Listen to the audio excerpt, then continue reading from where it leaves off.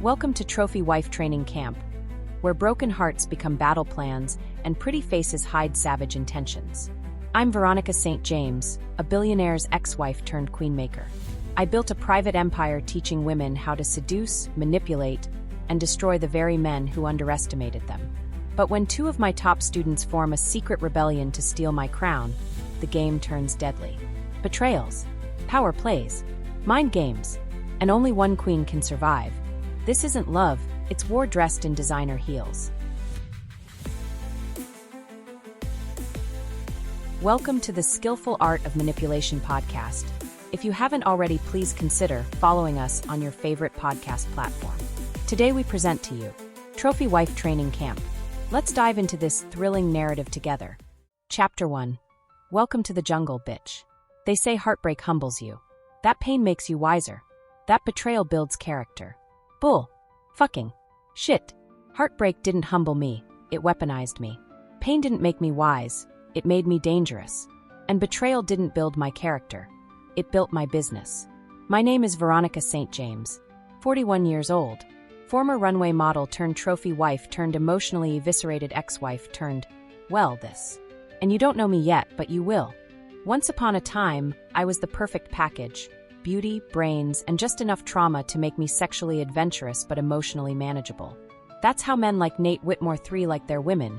Shiny, silent, and a little bit broken. Nate, my ex-husband, my first and last mistake. He swept me off my feet at a gala in Manhattan when I was 23 and stupid enough to think a man's Rolex meant he had class. He told me I was different. Said he'd never met a woman like me. Said he wanted to build an empire with someone like me. I was young, wild, and just self-loathing enough to believe him.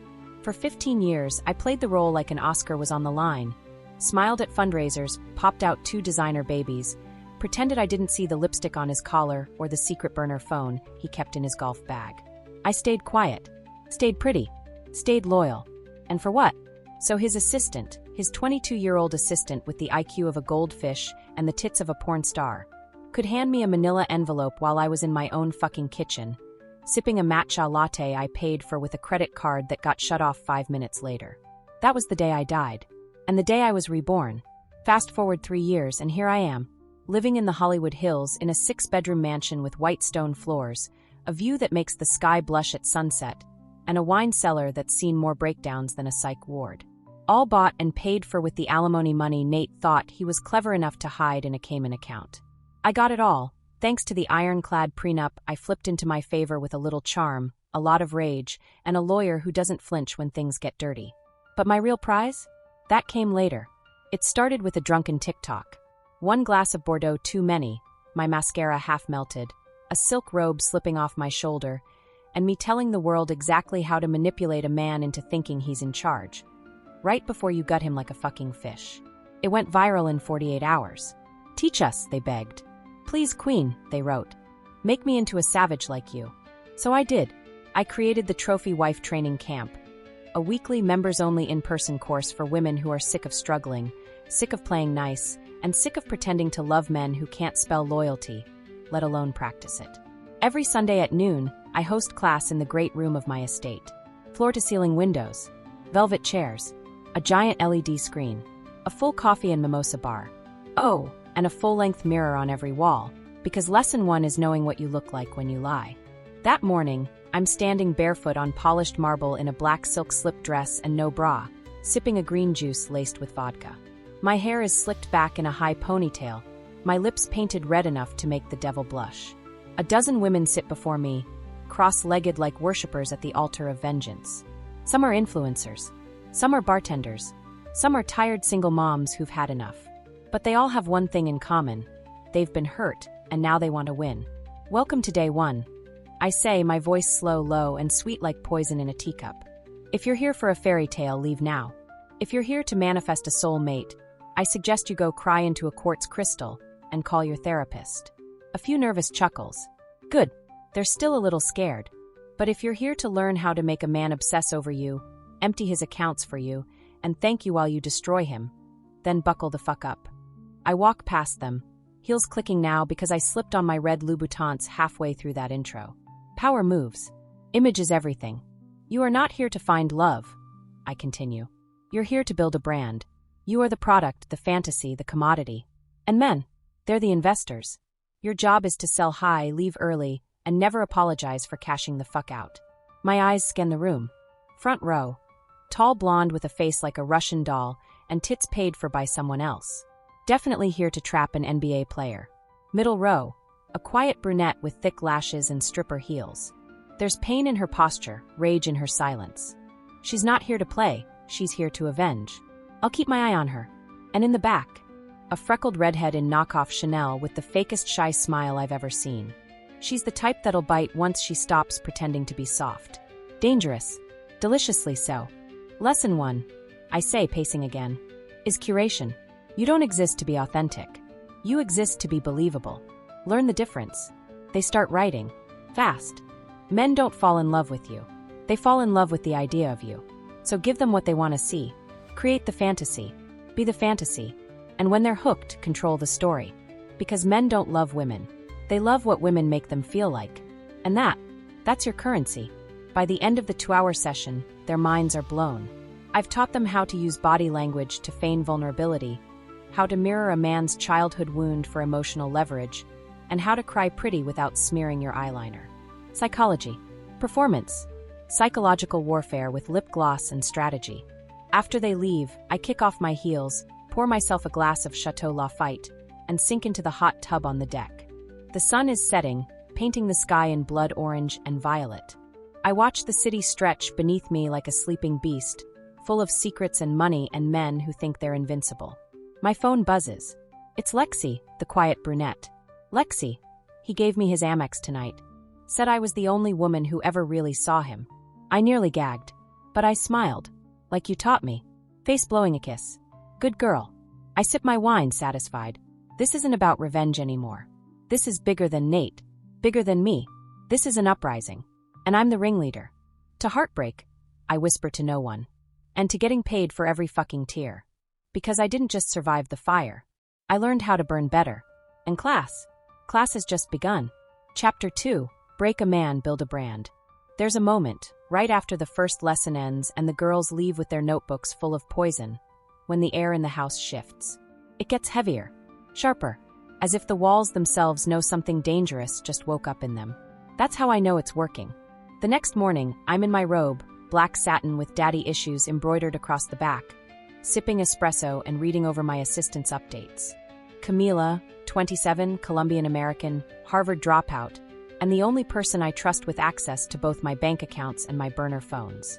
She was one of my first students, but she graduated faster than most. Girl could charm a pedophile into therapy and make him pay for the session. She slides a tablet across the marble kitchen island. Redhead's name is Talia Monroe, she says, her manicured finger tapping a picture. Real name might be Stephanie Gutierrez, used to work bottle service at a club in Vegas that got raided. She's smart, but something's off. I squint at the photo. Something about the eyes. Too alert. Too calculating. She's not just here to learn, she's watching. Gathering. Calculating. And Lexi? I ask, taking a slow sip. Camila smirks. Fucking thriving. Sent me a video last night. She fake cried about a bad childhood and had her target offering to pay for therapy and a new apartment in Beverly Hills. He sent her $10K just to help her heal. Girl deserves a medal. I nod slowly, lips pursed. She's a natural empath weaponized. Dangerous combo. Camila shrugs. You made her that way. She's not wrong.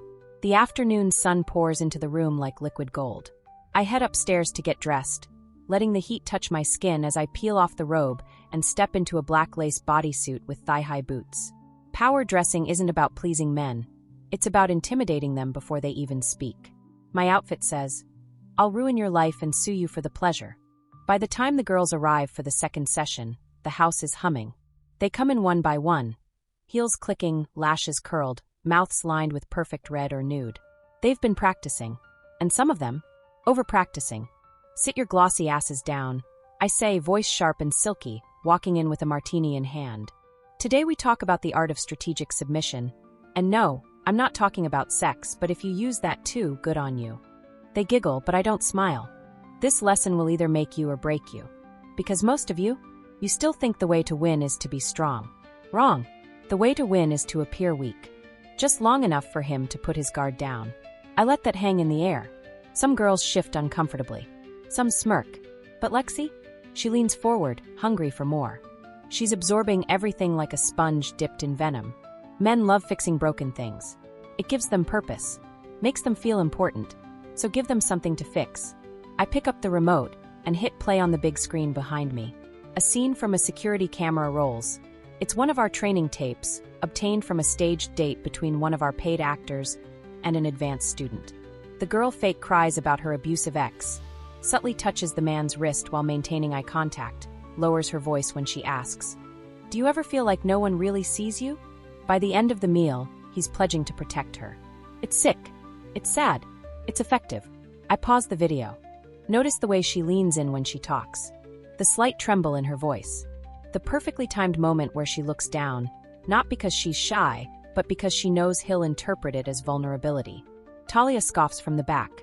Isn't this just emotional manipulation? I lock eyes with her, slowly walking toward her seat, heels tapping like a ticking clock. The other girls fall silent. You're goddamn right it is, I say. You came here to learn how to win. Did you think this was a meditation retreat? She folds her arms. I can smell the rebellion brewing in her. I like it, even if it's dangerous. You want to play fair, go work in HR. I continue, voice low and lethal.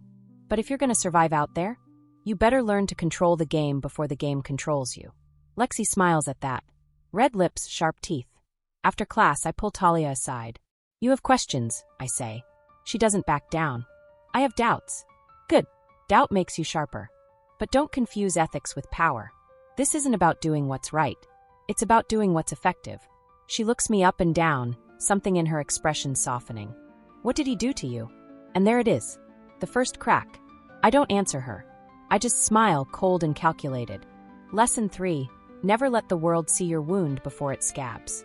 That night, I have a private dinner with an old contact. Brandon Yale, former producer turned sugar daddy to influencers with cocaine problems and self-esteem deficits. He owes me a favor. I want to test the girls, I say, sipping my red wine as we sit in the VIP booth of a rooftop bar overlooking sunset. He raises an eyebrow. What kind of test? Real world. Real stakes. Set up scenarios. Ambushes. Fake exes. Unscheduled meetings. I want to see which ones crack and which ones pivot. He nods slowly, intrigued. You're building monsters. I grin. No, I'm building survivors. Monsters just tend to last longer. Back home, I soak in a bath lit with rose-scented candles, the sound of jazz echoing through the bathroom. My phone buzzes again. This time, it's not Lexi. It's Talia. Talia, you're right. I'm done playing nice. What's my homework? I smirk, setting the phone down on the tub's edge. There's always one that resists the hardest, until she finally snaps. And when she does, she becomes unstoppable. The world doesn't make space for soft women. It devours them. But me? I teach them how to become the kind of woman no man can eat, because she bites back harder. Lesson 2 is complete. But the war? The war's just getting started. Chapter 3, field-tested, pussy-approved. By the time the third Sunday rolled around, the house didn't feel like a sanctuary anymore. It felt like a war room. Something had shifted. The girls arrived earlier than usual, dressed sharper, eyes darker, nails longer, lips glossier. They were no longer just students, they were becoming soldiers. And this wasn't a class anymore. It was a fucking battleground.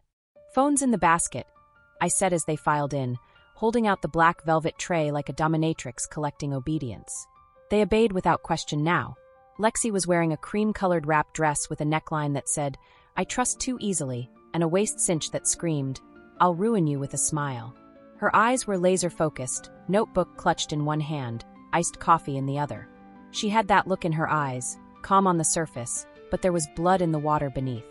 Talia showed up in head-to-toe black, tight turtleneck, leather pants, sunglasses she didn't take off until I called her name. "You mourning someone?" I asked, arching an eyebrow as she finally removed the shades. "Yeah," she replied coolly. "The old me. Touché, bitch." I kicked off my heels and stood barefoot at the center of the room in a silk kimono with a dragon embroidered across the back. Hair tied up. No makeup. No armor. They needed to see that sometimes power didn't need a costume. "Today," I began, voice low but sharp enough to slice through the silence, "we leave theory behind. No more notes. No more videos. No more hypotheticals." A pause. A flick of the wrist. Camila dimmed the lights, spotlight casting a moody glow over me like I was about to perform spoken word. I liked the drama. It kept them alert. We're going live. Confusion rippled through the room like static.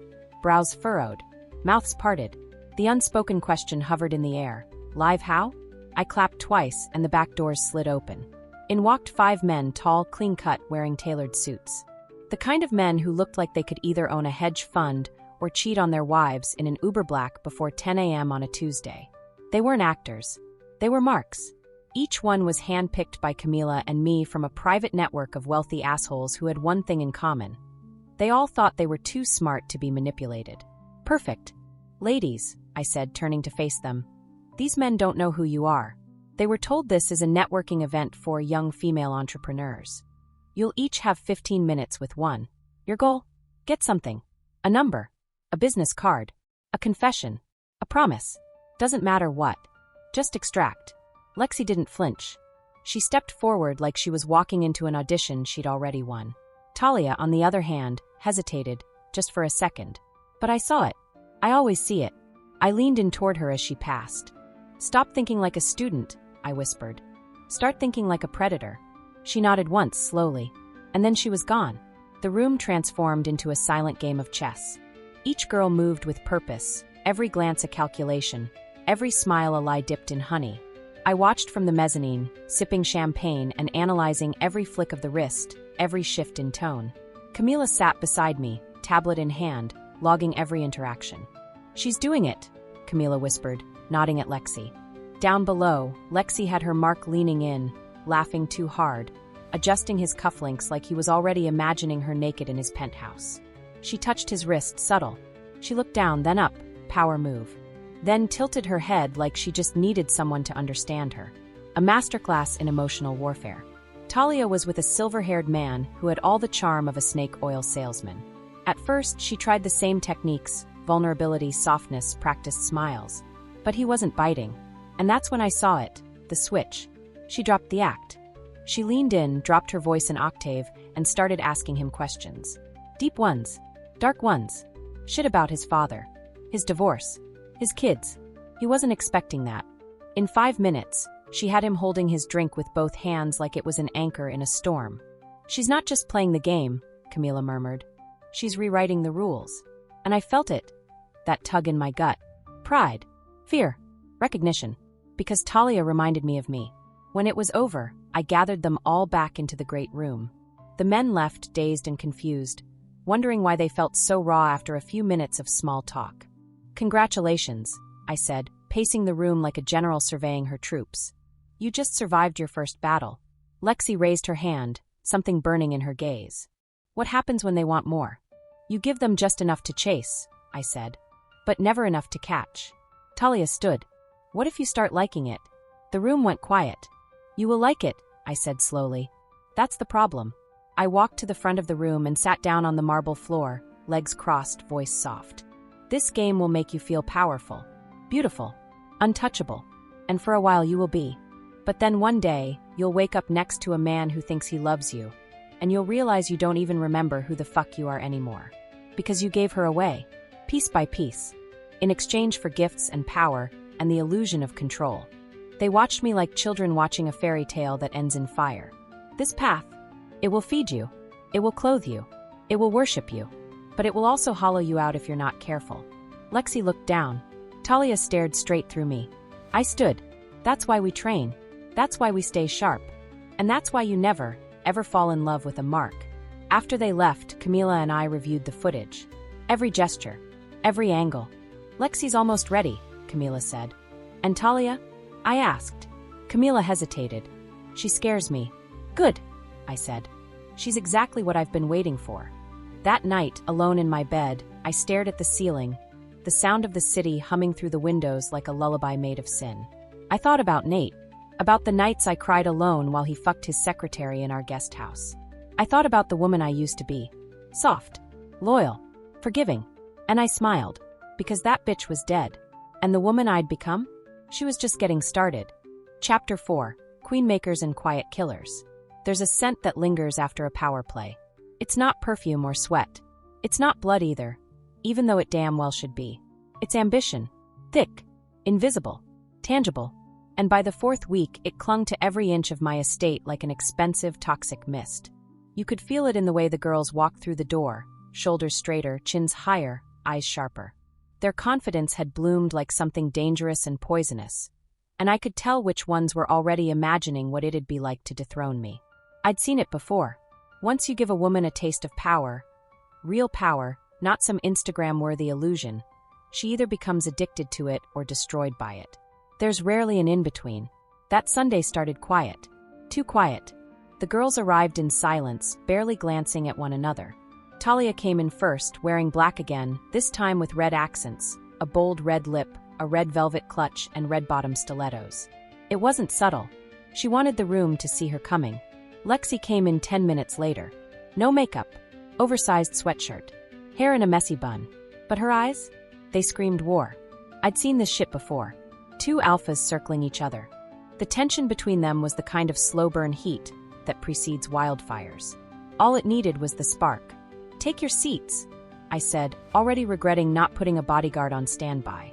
Today's lesson is about territory. Not physical, but emotional, psychological, financial. I walked to the front of the room and tapped my tablet. Behind me, the screen lit up with the words, "Owning the room. How to control any space, man, or moment." "This is about domination," I said, stepping out of my heels. But not the kind that screams. The kind that whispers. The kind that enters without announcement and leaves with the crown. Lexi leaned back in her chair, arms crossed. Talia sat up straighter. "The greatest power play," I continued, "isn't in proving yourself. It's in letting them think they chose you. Power isn't loud. It's quiet, unapologetic. I don't chase alphas. I let them think I'm the prize. I let them compete for me. And when they do," I smiled slowly, "I ruin them." A few girls gasped. The rest stared at me like I was reciting scripture. But Talia? She was already raising her hand. "Yes," I said. "What happens when there's more than one queen in the room?" And there it was. The spark. A ripple of tension passed through the room like a chill in church. Lexi didn't move at first. Then she smiled. That slow, smug, venom-laced smile. "I don't mind competition," she said, voice soft. "As long as we're not pretending anyone here is on my level." Talia's laughter was short and sharp, like a blade being unsheathed. "You're right," she said. "Most people aren't delusional enough to pretend they are." Before I could even open my mouth to de-escalate, the other girls started whispering. Lines were being drawn. Alliances being formed. This wasn't just training anymore. This was the beginning of a fucking coup. Camila appeared in the doorway, sensing the shift like a wolf smelling blood. I gave her a subtle nod. "We're switching it up today," I said, clapping twice. Behind me, the screen changed again. The Queenmaker Challenge. Each girl stared up at the screen in confusion. Lexi arched a brow. Talia leaned forward. They were both hungry, but for different things. "Today," I said, "you'll each be paired with another girl. You will not be the main seductress. You will be her strategist. Her handler. Her coach." A few groans. A couple eye rolls. I ignored them. "This will teach you one of the most critical skills in this game. Manipulating from behind the curtain. Because sometimes the real puppeteer isn't the one fucking him. It's the one whispering to the one who is." The pairs were randomized. Lexi and Talia ended up together.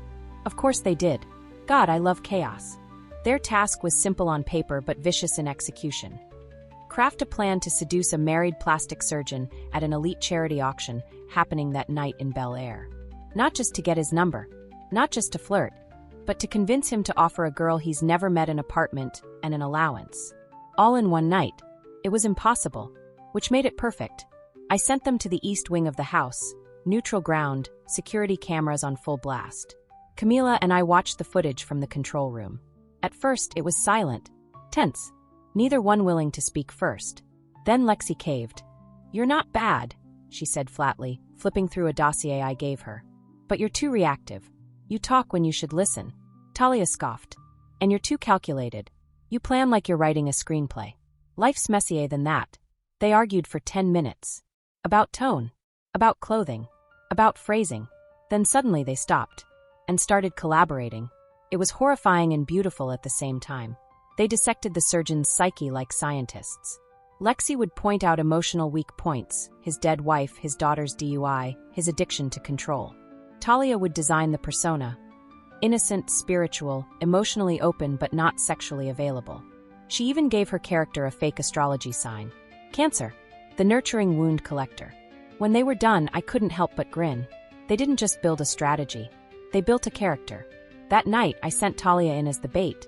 Lexi stayed in the car, feeding her lines through an earpiece. It was our first full-on real-world deployment. And it worked. Dr. Eugene Callahan offered her a safe space to get away from her emotionally manipulative roommates before dessert even hit the table. She left the party with a penthouse key and a promise to wire $5,000, just to help out.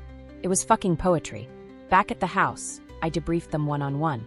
Lexi walked in first. How'd it feel? I asked. She shrugged. Like cheating on a test you wrote yourself. And Talia? Lexi hesitated. She's a bitch. But she's sharp. And if I didn't know better. What? She's not doing this just to win. She's doing this to hurt someone. Someone specific. I made a note. Talia came in next. She didn't sit. She's good, she said simply. But she underestimates women. Do you? She looked at me, eyes colder than usual. Only when they ask to be. That night, I sat by the fireplace, Camila next to me with her laptop glowing. Their partnership was a success, she said. But they'll turn on each other. Of course they will, I murmured. That's the point. Because this wasn't about finding the best manipulator. This was about finding the one who could manipulate another manipulator. The one who could wear the crown and smile while others bled for it. And as the flames danced across the walls, I couldn't help but wonder. Did I train them too well? Or was this what I wanted all along? Chapter 5, The Judas Heel. There's always one. One student who thinks she's smarter than the system. One girl who mistakes proximity for equality. One traitor hiding behind a pout and fake lashes, waiting for the moment to pull the pin and smile as the grenade explodes. And in the 5th week of the camp, I felt it. Not saw it. Felt it. Like a shift in pressure before a storm. It came in whispers. Silence where there used to be giggles. Eye contact held a second too long. Smiles that didn't reach the eyes. The sisterhood was starting to fracture. And I knew exactly why. Lexi and Talia had become fire and gasoline. Ever since their last mission together, they'd gained a sick sort of mutual respect, but no loyalty. None. They were circling each other like two wolves pretending to be allies, knowing damn well only one of them would survive the winter. Sunday's session was about containment. Emotionally. Strategically. Publicly. When shit goes left, I said, pacing in front of them in a crisp white power suit with nothing underneath but skin. You don't run. You don't cry. You contain. You control the fallout. You redirect the narrative. The room was quiet. The girls were still. Even the air conditioner seemed to hold its breath. Every scandal is an opportunity. Every rumor is a test. Every betrayal is a lesson. I paused, turning slowly to face them. Speaking of betrayal, let's talk about leaks. Camila dimmed the lights, and the big screen flickered to life. A screenshot appeared. It was a post from a burner Instagram account, blurry but recognizable. My face. My voice. A grainy video clip from a surveillance cam of me coaching a girl on how to cry convincingly during a sugar baby date. The caption. This is what they're teaching now. Welcome to the new generation of professional manipulators. The room froze. I could see the panic ripple through them like a virus. Lexi looked livid. Talia looked too calm. I let the silence sit. Simmer. Grow legs and fangs. This footage came from inside my house, I said, voice even. Too even. That eerie calm you only hear before a building implodes. I have 27 security cameras on this property. 3 encrypted servers.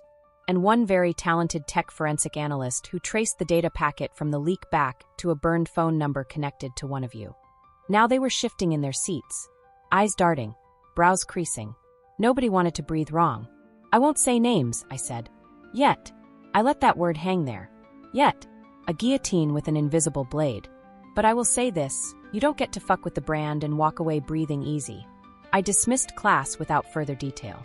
Let the paranoia marinate. Camila met me in the war room 10 minutes later. You ready for the real bomb? She handed me a folder. My nails clicked against the manila as I opened it. Inside were screenshots of text messages, encrypted ones, sent from one of our prepaid training phones. One of the girls had been messaging an anonymous number about the camp's methods, lesson plans, and targets. She was trying to sell the entire curriculum to a relationship coaching firm in Miami. A sellout. A snake. And I knew exactly which one. But I needed to be sure. So I set the trap. That night, I invited only 4 girls to an exclusive advanced training dinner. Lexi, Talia, Camila posed as a silent guest. The 4th invite went to her, Raya. Raya had flown in from Houston, former beauty queen, a soft voice and a sharper-than-you'd-expect attitude. She was the type to whisper affirmations while digging a knife into your ribs. And she was the one whose phone ID matched the leak. Dinner was held on the rooftop terrace. Crystal glasses, black candles, Wagyu and truffle oil. Luxury always softens defenses. I didn't let it. Tonight's lesson, I announced, is about integrity and duplicity. Lexi tilted her head. Talia raised a brow. You're all liars, I said plainly, smiling. You wouldn't be here if you weren't. You manipulate, seduce, and perform. That's the job. But there's a line. A sacred, invisible line between the game and treason. I let my eyes land on Raya. Her jaw didn't move, but her lashes twitched. So tonight, we're going to play a little game called Confession or Consequence. Talia smirked. Lexi leaned forward. Camila poured more wine. Each girl was asked to confess something they hadn't told anyone in the camp. It could be personal, professional, emotional, but it had to be real. Talia went first. I seduced my sister's fiancé 2 years ago. He never told her. She married him. I still sleep with him when I visit. No one blinked. Lexi. I once filmed a senator without his knowledge while he begged me to ruin him with my heels. I still have the video. It's in my safety deposit box under the name insurance. Camila raised her glass in approval. Then it was Raya's turn. Her voice was smooth. Too smooth. I used to work with a dating coach who taught women to weaponize their trauma. We got sued by an ex-client who went crazy. I moved on, reinvented, found this camp, wanted something deeper. I stared at her the entire time, watched the way she avoided everyone's eyes, how she picked at the stem of her glass like it was a ticking bomb. She was lying. I let it slide. For now. The next morning, I made the call. Camila and I confronted her in private. At first, she denied everything. Said she was being framed. Said someone cloned her phone. Tears and trembling. All the things I usually teach. But she wasn't the teacher. I was. And I knew how to spot a performance that wasn't rooted in pain, but in panic. You can leave, I said. Or I can make sure every man you ever thought about manipulating knows exactly who you are. Down to your real name, your burner accounts, and your wire fraud charges from 2018. That was when the real Raya showed up. Stone cold. No tears. Just rage. You think you're untouchable, she hissed. You think you've built something revolutionary? You're just a cult leader in heels. And when it all falls, they'll say you manipulated us. I didn't flinch. They'll say what I tell them to say. She left in silence. Good. She was never built for war anyway. Later that night, Camila and I watched the girls on the security cam footage.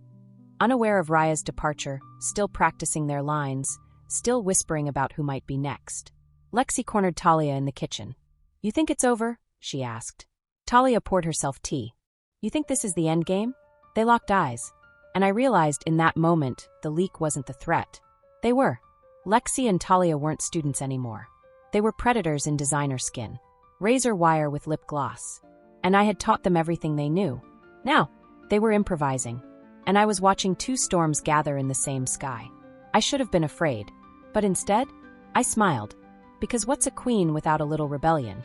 Chapter 6, Kingdoms Fall in Silence. There's a specific sound a woman makes when she realizes she's no longer in control. It's not a scream, not a gasp, not a sob. It's the silence right after a name is spoken. The one she wasn't expecting, the one that confirms everything she feared. It's the sharp inhale, the pause, the internal calculation behind her dead-eyed stare. That moment when her brain races to catch up with the betrayal. I hadn't heard that sound in years. Not since Nate handed me divorce papers and called me excess inventory. But I heard it again today. And this time, it was me. Let's back up. The house was unusually quiet that morning. Not a peaceful kind of quiet. The kind that makes your spine tighten. That static before the lightning kind of silence. Camila and I were on the rooftop terrace, laptops open, glasses of champagne untouched. We were supposed to be reviewing next week's lesson plan, advanced brand manipulation, soft power tactics in hostile environments. But something was off. The numbers didn't lie. Engagement's down, Camila said, scrolling through the analytics dashboard. Engagement, she nodded. private group chat is dead. No DM questions. No follow-ups. Even the burner phones haven't lit up in 2 days. I blinked. That's impossible. These girls never shut the fuck up. Exactly, she replied, tapping her acrylics against the keyboard. It's too quiet. I stood slowly, the robe slipping off my shoulder, and walked to the edge of the terrace. Down below, I saw them. Lexi, Talia, Mia, and 2 of the others, gathered by the pool. Laughing. Drinking rose. Sharing a plate of sushi like girlfriends on a Sunday brunch date. It looked innocent on the surface. But I knew better. They were organizing. You know what's more dangerous than a woman with secrets? A group of women with shared secrets and nothing left to lose. I trained them too well, I muttered. Camila looked up. You think they're planning something? No, I said. I know they are. Because they weren't coming to me for guidance anymore. They were building something without me. And that's the moment I realized. The coup had already begun. It started the night after we exiled Raya. I thought eliminating the rat would tighten the sisterhood. But instead, it exposed the truth. I could be outplayed. And nothing makes a woman more confident than watching another woman bring the queen to her knees. If only for a moment. Lexi and Talia were the twin pillars of this mutiny. The strange, savage alliance that had formed between them was no longer a rivalry. It was something strategic. Where one was fire, the other was ice. Where Lexi provoked, Talia neutralized. Where Talia questioned, Lexi executed. Together, they had mastered what I spent years trying to teach. They didn't need me anymore. But worse, they knew it.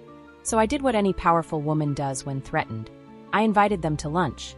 The private dining room at La Serena was silent except for the clinking of cutlery against porcelain. I ordered for them both before they arrived. Lobster for Lexi. Caviar and toast for Talia. I'd done my homework. Lexi arrived first, draped in nude Valentino, not a bra strap in sight. Her hair was slicked back, skin glowing like she'd slept through a guilt-free night. Talia came 10 minutes later, wearing oversized sunglasses and a silk scarf tied like an heiress. You're late, I said to Talia, not looking up. Fashionably, she replied, sitting down without apology. I cut to the chase. You've been busy. Lexi smiled. So have you. Leaks. Liars. Drama. It's been a hell of a syllabus. You two think this is funny? I asked, folding my napkin slowly. Talia leaned forward.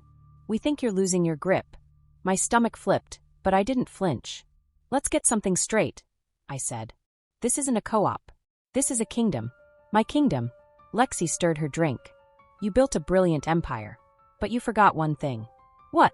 Even queens get overthrown. She said it like she was ordering dessert. Talia's voice followed, cool and matter-of-fact. The girls talk, Veronica. About how you manipulate us. How you use our trauma like currency. How you pit us against each other to stay on top. That's the fucking point, I snapped.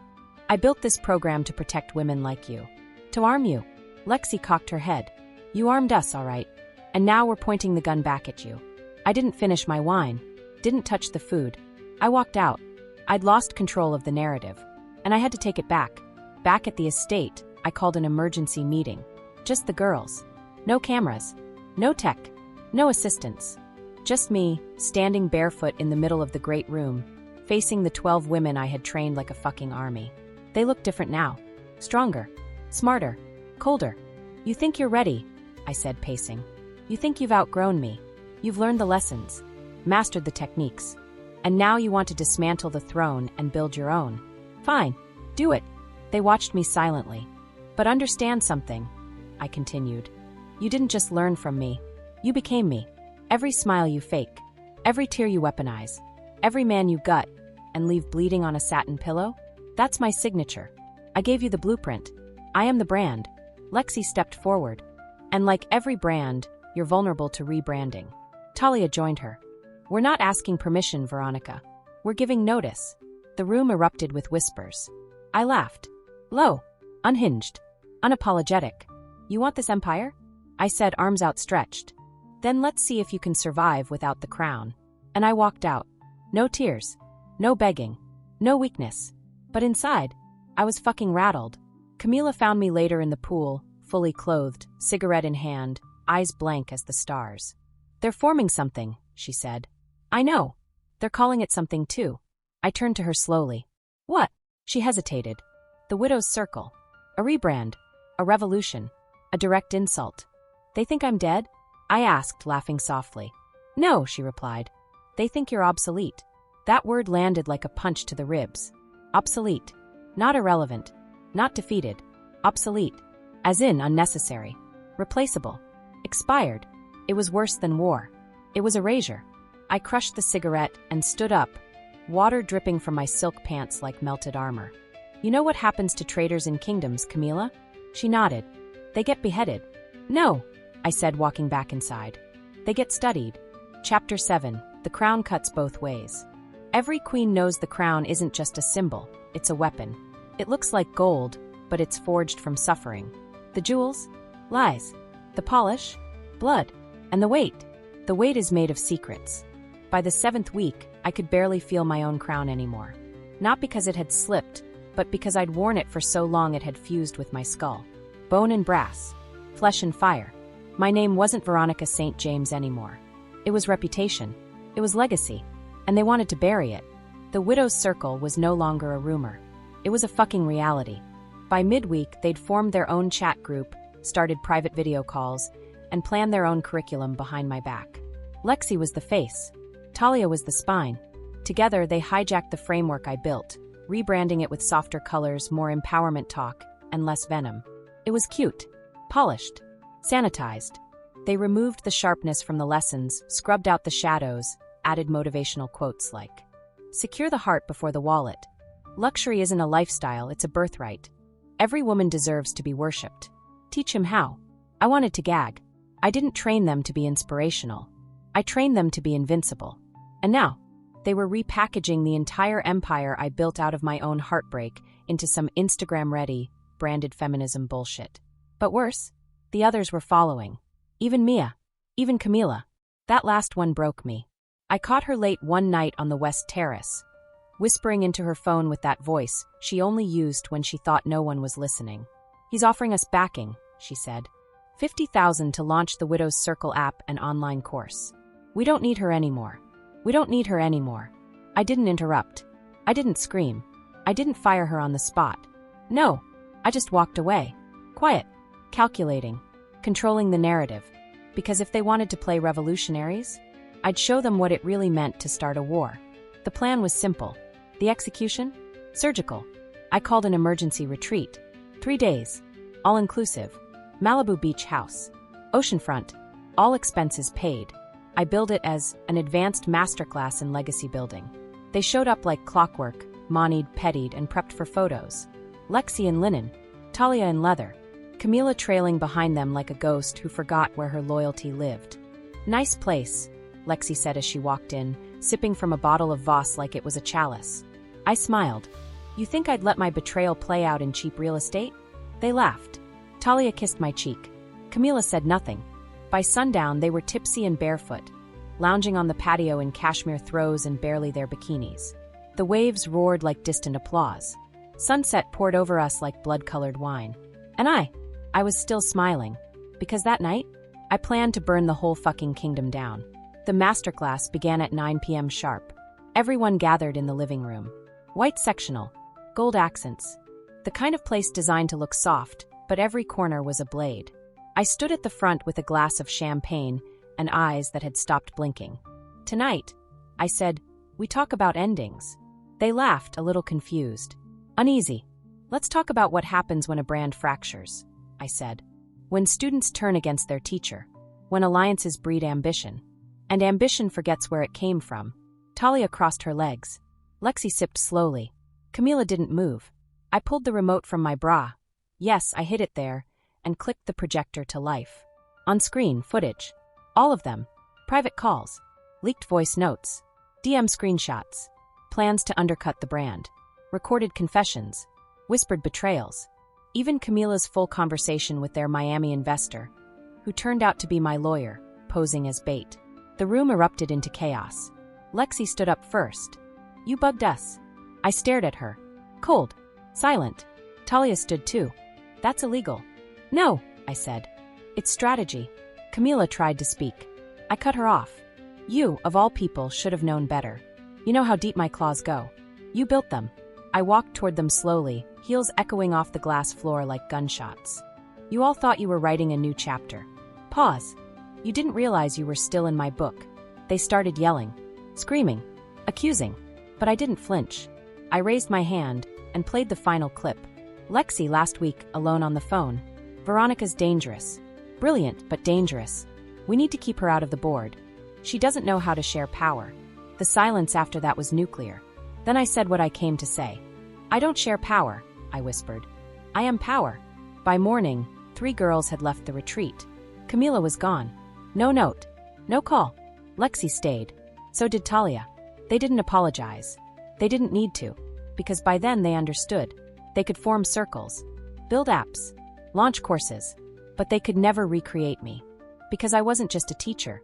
I was a goddamn blueprint. 2 weeks later, I sat alone in the same great room where it all started. The air was still thick with old ambition and new silence. My phone buzzed. A message from Lexi. Asterisk, we're launching next week. We're calling it Widow's Circle, powered by Trophy Wife Training Camp. You'll get 51% equity. We kept your name on it. Because we know how this ends if we don't. I stared at the screen. Then I smiled. Because they finally understood. You don't survive the crown. You wear it until it cuts. And the ones who wear it best, they never bleed in public.